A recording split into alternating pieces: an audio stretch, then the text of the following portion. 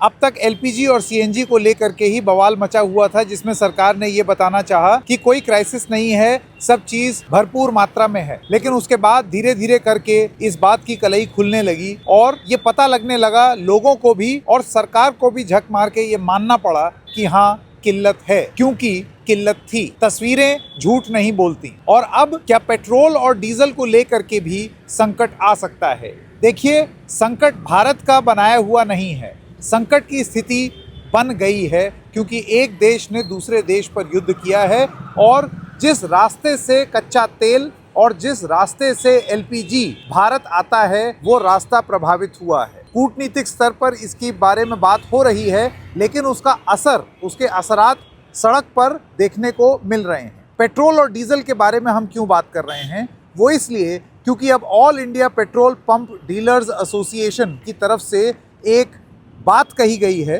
और कहा यह गया है कि 3 ऑयल कंपनीज हिंदुस्तान में, आप जानते हैं पेट्रोल और डीजल मुख्य रूप से 3 बड़ी कंपनियां मुहैया कराती हैं, कुछ प्राइवेट प्लेयर्स भी हैं, लेकिन मुख्य रूप से 3, इंडियन ऑयल, हिंदुस्तान पेट्रोलियम और भारत पेट्रोलियम। अब जैसे आप मेरे पीछे देख सकते हैं, ये एक इंडियन ऑयल का पंप है। जैसे कि आप देख सकते हैं इंडियन ऑयल लिखा हुआ है और इंडियन ऑयल में इस तरीके से लोग अपनी गैस भराते हैं, पेट्रोल और डीजल भराते हैं, माफ़ कीजिएगा। तो ये 3 कंपनीज हैं जो मुख्य रूप से तेल प्रोवाइड करती हैं, पेट्रोल और डीजल।